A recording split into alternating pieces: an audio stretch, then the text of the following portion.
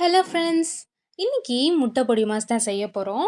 அதுக்கு ஒரு பேனில் 2 டேபிள் ஸ்பூன் ஆயில் ஊற்றிக்கோங்க.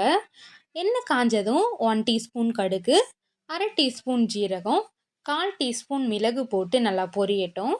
இப்போது இதில் 8 பல் பூண்டு பொடியாக கட் பண்ணி வச்சுருக்கேன், அதை சேர்த்துக்கலாம். பூண்டு எப்போவும் இந்த மாதிரி நல்லா குக் ஆனால் டேஸ்ட் சூப்பராக இருக்கும், கிறிஸ்பியாகவும் இருக்கும். பூண்டு சாப்பிடாம ஒதுக்கி வைக்கிறவங்களுக்கு இந்த மாதிரி செஞ்சு கொடுங்க, சாப்பிடுவாங்க. அடுத்து சின்ன சின்னதாக கட் பண்ண 3 வெங்காயம் சேர்த்துக்கலாம். அதில் அரை டீஸ்பூன் சால்ட் சேர்த்து நல்லா மிக்ஸ் பண்ணுங்கள். வெங்காயம் நல்லா வெந்ததும் அது கூட தக்காளி சேர்த்து நல்லா மிக்ஸ் பண்ணுங்கள். தக்காளி நல்லா வேகட்டும். அது கூட அரை டீஸ்பூன் மிளகாய்த்தூள், 1 டீஸ்பூன் மல்லிப்பொடி சேர்த்து நல்லா மிக்ஸ் பண்ணுங்கள். அது கூட இன்னொரு அரை டீஸ்பூன் உப்பு சேர்த்துக்கிறேன். நீங்கள் ஒரே டைமில் சேர்க்காம டேஸ்ட் பார்த்துட்டு ஆட் பண்ணிக்கோங்க. அதிகமாகிடுச்சுன்னா சாப்பிட முடியாதுல்ல. தக்காளி நல்லா வெந்த உடனே இதில் 5 முட்டை சேர்க்கலாம். ஒன்றா உடச்சி சேர்த்துக்கிறேன்.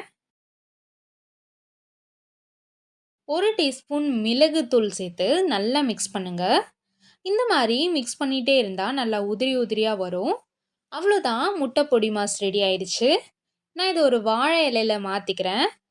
வாழை இலையில் என்ன சூடாக போட்டு சாப்பிட்டாலும் அந்த இலையோட டேஸ்ட்டும் சேர்ந்து வரும். சூப்பராக இருக்கும். நீங்களும் ட்ரை பண்ணி பார்த்துட்டு எப்படி இருந்துச்சுன்னு சொல்லுங்கள். பாய்.